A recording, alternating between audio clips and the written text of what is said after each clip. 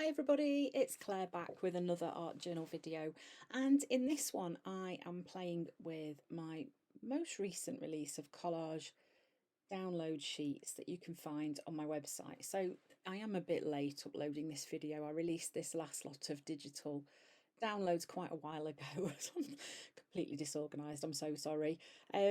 So you probably will have seen pictures of this page on social media if you follow me on Instagram or Facebook.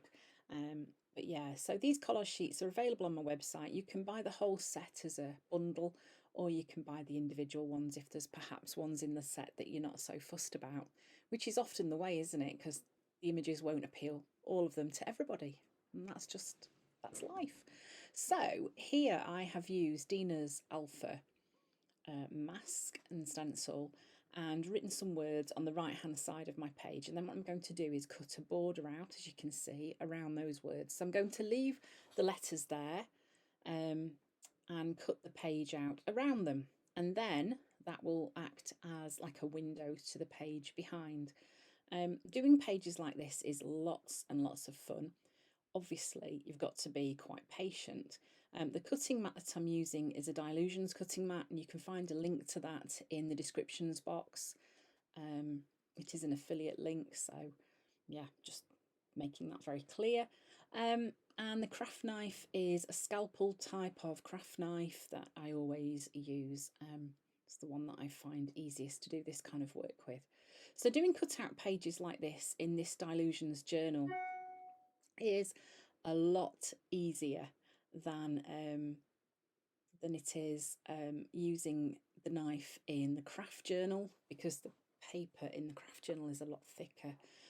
So this is a lot less labour intensive, although it is still a little bit fiddly, but lots of fun nonetheless. So just cutting out those last little bits, and you can see that each letter is touching the letter next to it, and that's what helps give it its stability.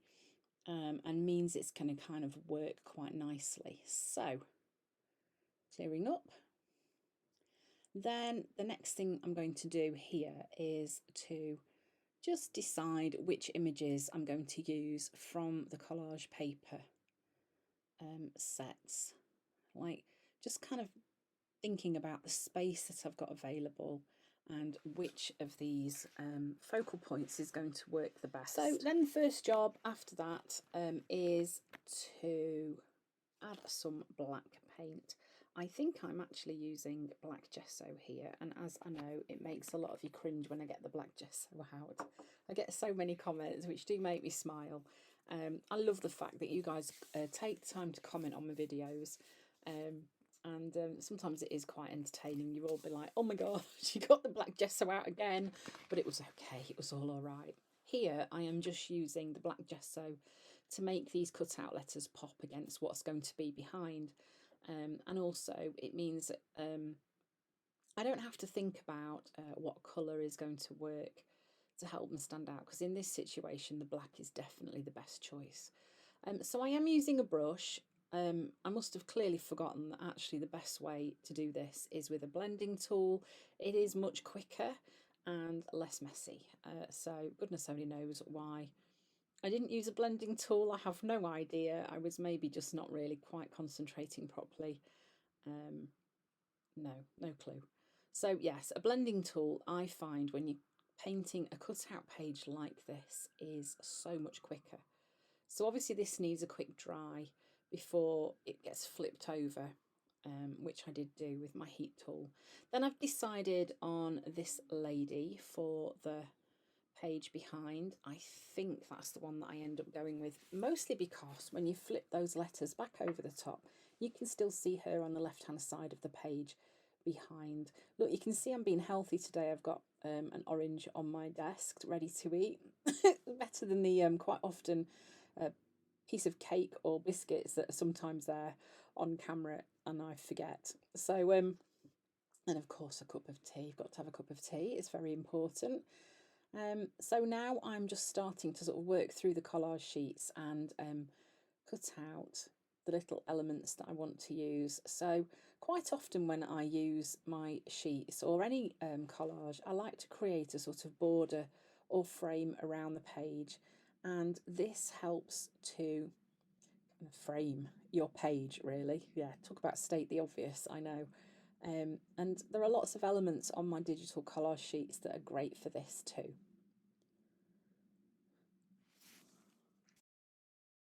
So then I'm kind of looking at my sheets as well and working out what other little bits I can add onto my page just to create some bits of interest. And I think for me, when I do collages like this, I try to think of quirky ways to use the images that I've got to play with. I think you don't, you know, if that's not your thing, then you don't have to do that. But I think, you know, just think outside the box, and it makes it so much fun, really.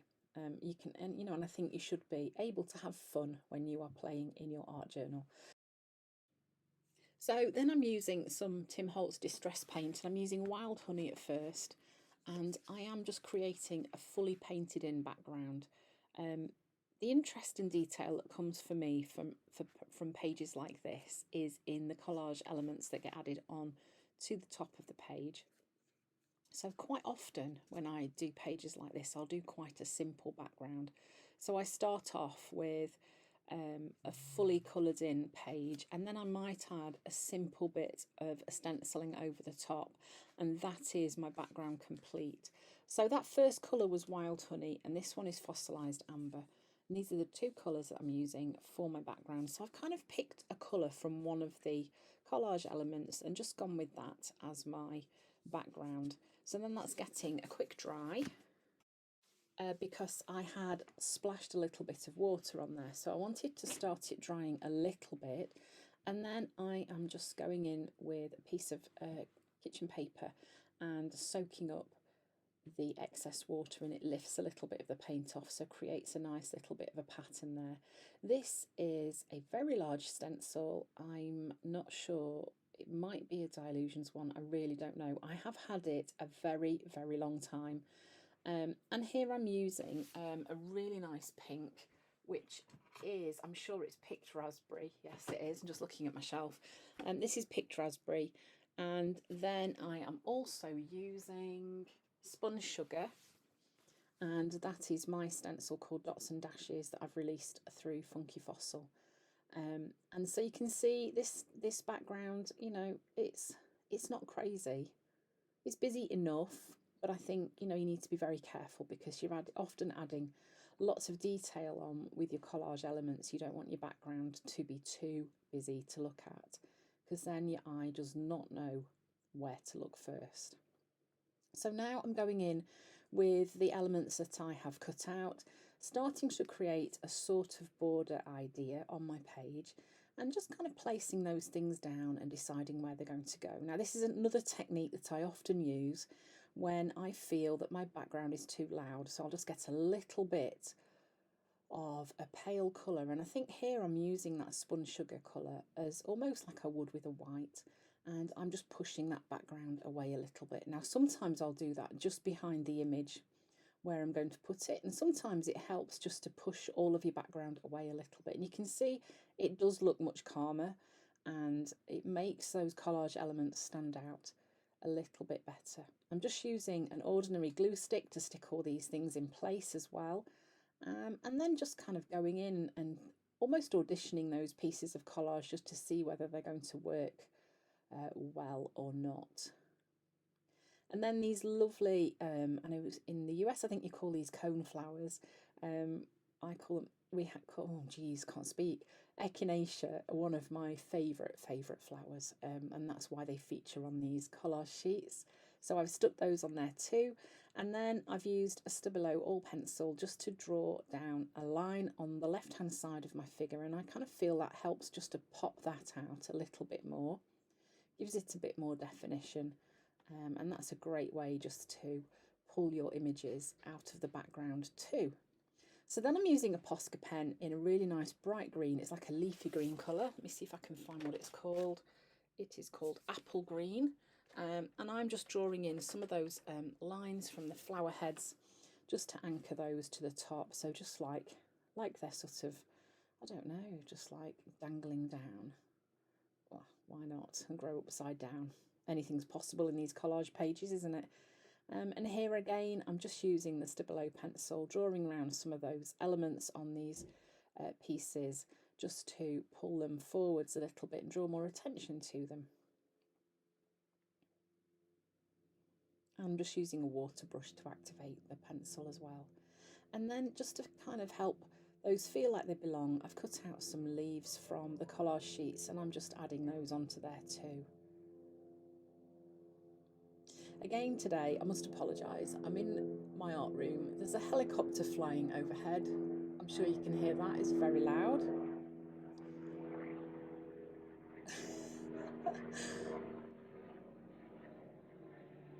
It's going away now. There's dogs barking, there's birds singing, so I'm afraid you've got it all going on today. I do apologise. I know lots of you commented and said how lovely it was to hear the birds, but you know, maybe a helicopter's a step too far. Oh dear me. Don't you know what I'm doing in here? Hey ho.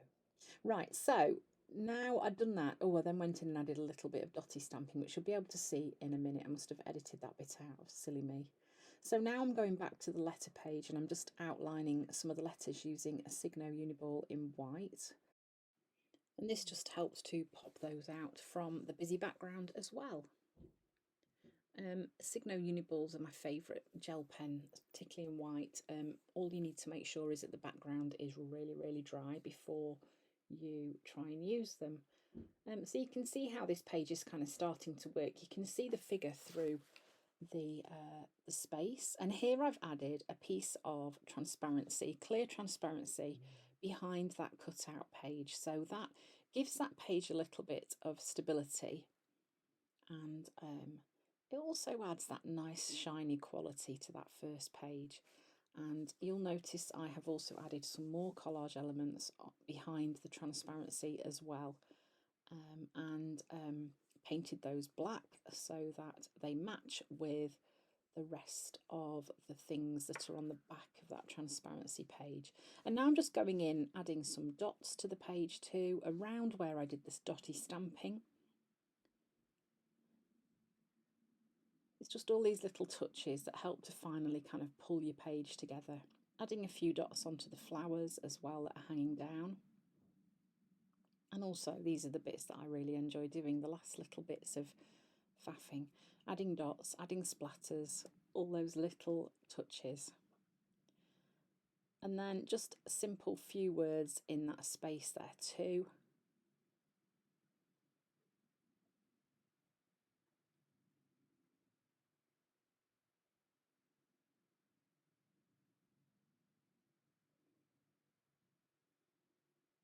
If you're not confident with your own writing, obviously you could use a stamp set to help you with that bit. So thanks for watching. I hope you've enjoyed this video. Don't forget you can get hold of these collage sheets on my website. I'll drop a link in the description box to those. Yeah, and I hope to see you again soon.